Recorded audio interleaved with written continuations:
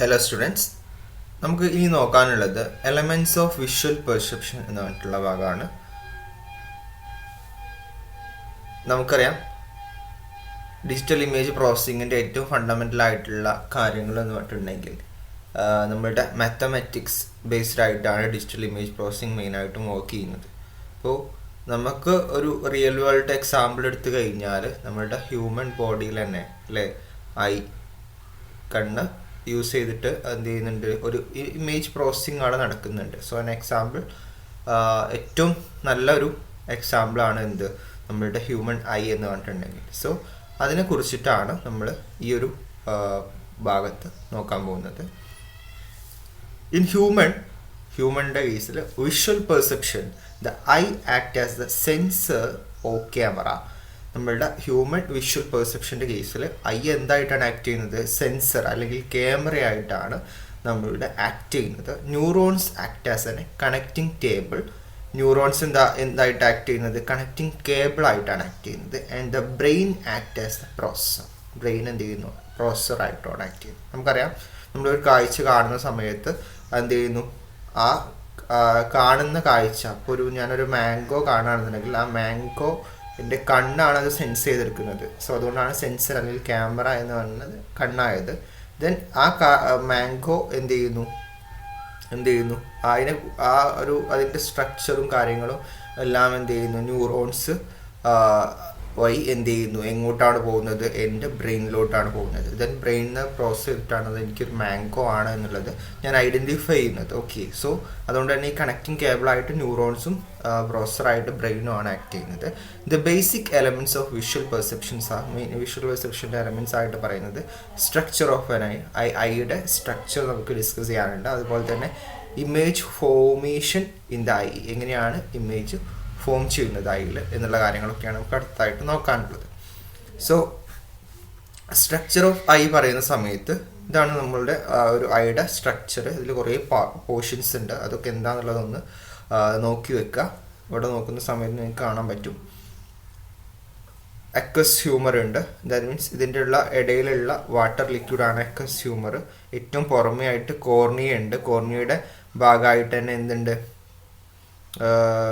Choroid ഉണ്ട്. അതേപോലെ തന്നെ ഇടയിൽ ഇതിനാണ് നമ്മൾ എന്താ പറയുക, പ്യൂപ്പിൾ എന്ന് പറയുന്നത്. അതേപോലെ തന്നെ ഐറിഷ് ഉണ്ട്. ഇവിടെ ലെൻസ് ഉണ്ട്, കൺജക്റ്റീവ് ഉണ്ട്, ട്രബുക്കുലർ മെഷ്വർക്ക് ഉണ്ട്, സസ്പെൻഷൻ ലിഗ്മെന്റ്സ് ഉണ്ട്, സിലിയറി ബോഡി ഉണ്ട്. അതേപോലെ തന്നെ ഒപ്റ്റിക്കൽ നെർവ് വഴിയാണ് നമ്മൾ എന്ത് ചെയ്യുന്നത്? ഈ ഒപ്റ്റിക്കൽ നെർവ് വഴിയാണ് ഇവിടുന്ന് ഫോം ചെയ്യുന്ന കാര്യങ്ങളുടെ അത് നെർവ് വഴി, ഈ ഒപ്റ്റിക്കൽ നെർവ് വഴിയാണ് ഇതിൻ്റെ ബ്രെയിനിലോട്ട് ആ ഇൻഫോർമേഷൻ സെൻഡ് ചെയ്യുന്നത്.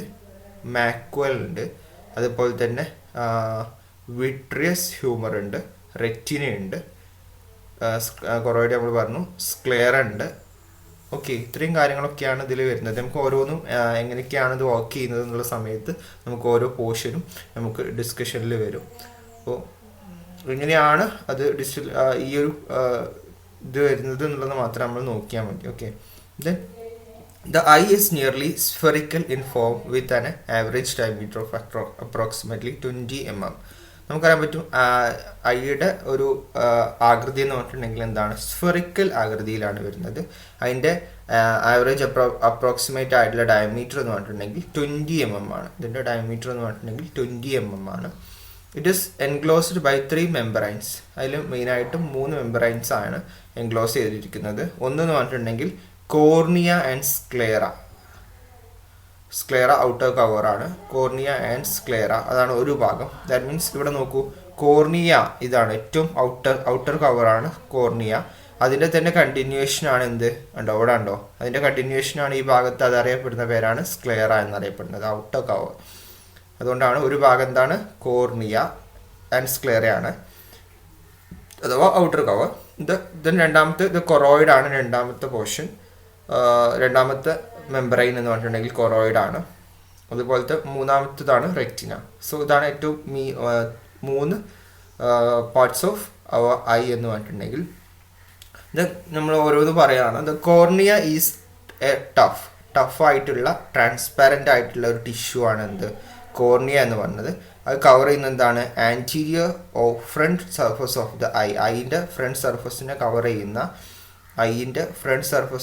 ചെയ്യുന്ന ഒരു എന്താണ് ട്രാൻസ്പാരൻ്റ് ആയിട്ടുള്ള ടഫായിട്ടുള്ള ഒരു പോർഷനാണ് എന്ത് പറഞ്ഞിട്ടുണ്ടെങ്കിൽ കോർണിയ എന്ന് പറയുന്നത്. Okay, the sclera is continuous with cornea, കോർണിയയായിട്ട് കണ്ടിന്യൂ ചെയ്ത് പോകുന്ന ആ പോർഷനാണ് സ്ക്ലേറ എന്ന് പറഞ്ഞിട്ടുണ്ടെങ്കിൽ. അതാണ് നമ്മളിപ്പോൾ പറഞ്ഞിട്ടുള്ളത്. ദെൻ അടുത്തത് it is the opaque membrane that enclosed the remainder of the eye. Opaque membrane എന്ന് പറഞ്ഞിട്ടുണ്ടെങ്കിൽ എന്താണ്, ഐയുടെ അത് എന്ത് ചെയ്യുന്നു, എൻക്ലോസ് ചെയ്തിട്ടുള്ള ആ പോർഷനാണ് നമ്മൾ എന്ത് പറയുന്നു, ഒപ്പാക്യു മെമ്പറൈൻ എന്ന് പറയുന്നത്. അഥവാ ഈ 3 പോർഷൻസ് നമ്മൾ എന്താണ് ഒപ്പാക്യു മെമ്പറൈനിലാണ് വരുന്നത്. ഒപ്പാക്യു മെമ്പറൈൻ ആണ് ഏതൊക്കെ, ഈ 3 ഇപ്പോൾ നമ്മൾ പറഞ്ഞിട്ടുള്ള 3 പോർഷൻസും വരുന്നത്. കാരണം എന്താണ്, അതിനെ എൻക്ലോസ് ചെയ്തിട്ടുള്ള ആ പോർഷൻ, അതിനെയാണ് നമ്മൾ എന്ത് ചെയ്യുന്നത് ഒപ്പാക്യു മെമ്പറൈൻ എന്ന് പറയുന്നത്. Then the complex physical process of visualising something involve the nearly simultaneous interaction of the eye and the brain through a network of neurons, receptors and other specialized cells. അഥവാ നമ്മുടെ ഇപ്പോൾ ഈ ഒരു വിഷ്വലൈസിങ് പ്രോസസ്സ് നടക്കുന്നത് എന്താണ്, continuous ആയിട്ടുള്ള interaction വഴിയാണ്. ആര് തമ്മിലുള്ള, ഐയും അതേപോലെ തന്നെ ബ്രെയിനും തമ്മിലുള്ള കണ്ടിന്യൂസ് ഇൻട്രാക്ഷൻ വഴിയാണ് ഈ വിഷ്വലൈസേഷൻ പ്രോസസ്സ് അവിടെ നടക്കുന്നത്.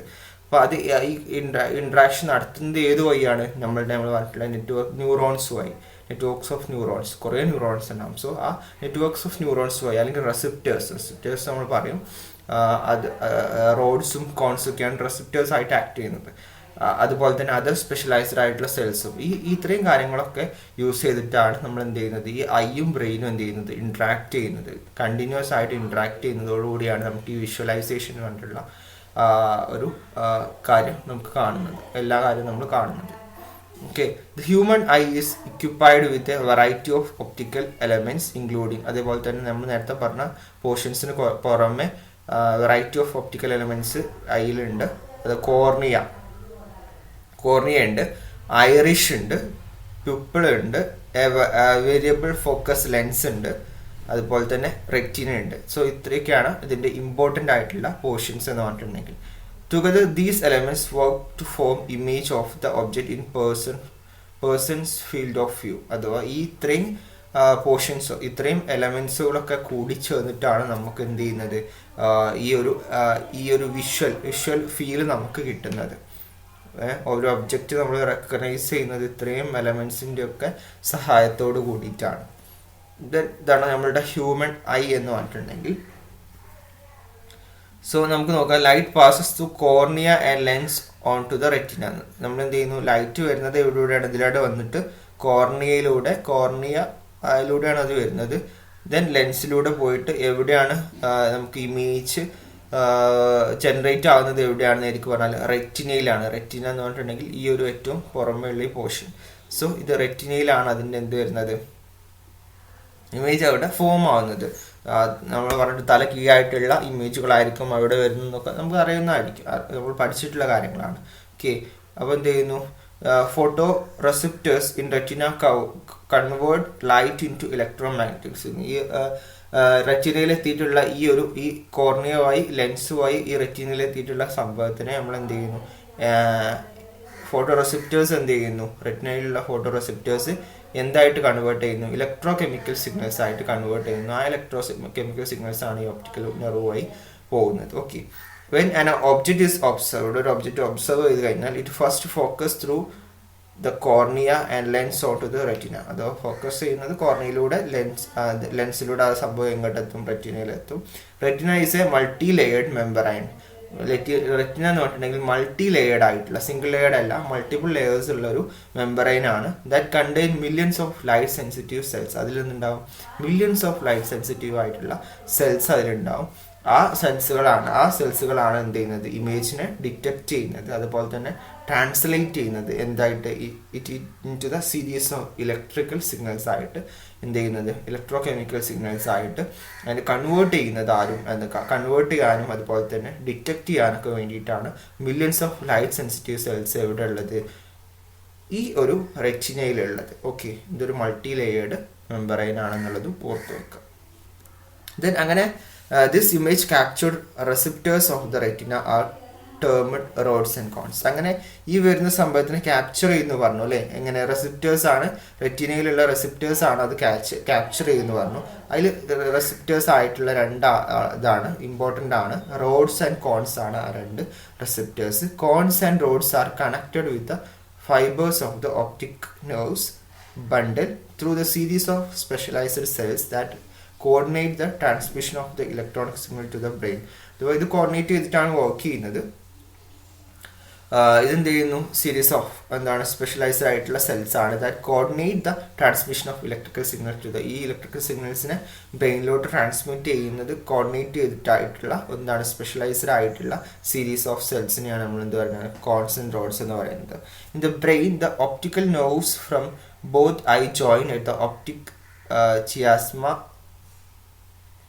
where information from their retina is correlated. അഥവാ നമ്മൾ ബ്രെയിനിൻ്റെ എത്തുന്ന സമയത്ത് രണ്ട് ഐയിൽ നിന്നുള്ള എന്താണ് ഇമേജുകളെ അഥവാ റീഡ് ചെയ്തിട്ടുള്ള ആ സംഭവത്തിനെ ഇൻഫോർമേഷനെ എന്ത് ചെയ്യുന്നു, ഒപ്റ്റിക്കൽ നെർവ് വഴി വരുന്ന ആ ഇൻഫോർമേഷനെ ജോയിൻ ചെയ്യിക്കുന്നു. എവിടെ വെച്ചിട്ട് എന്ത് ചെയ്യുന്നു,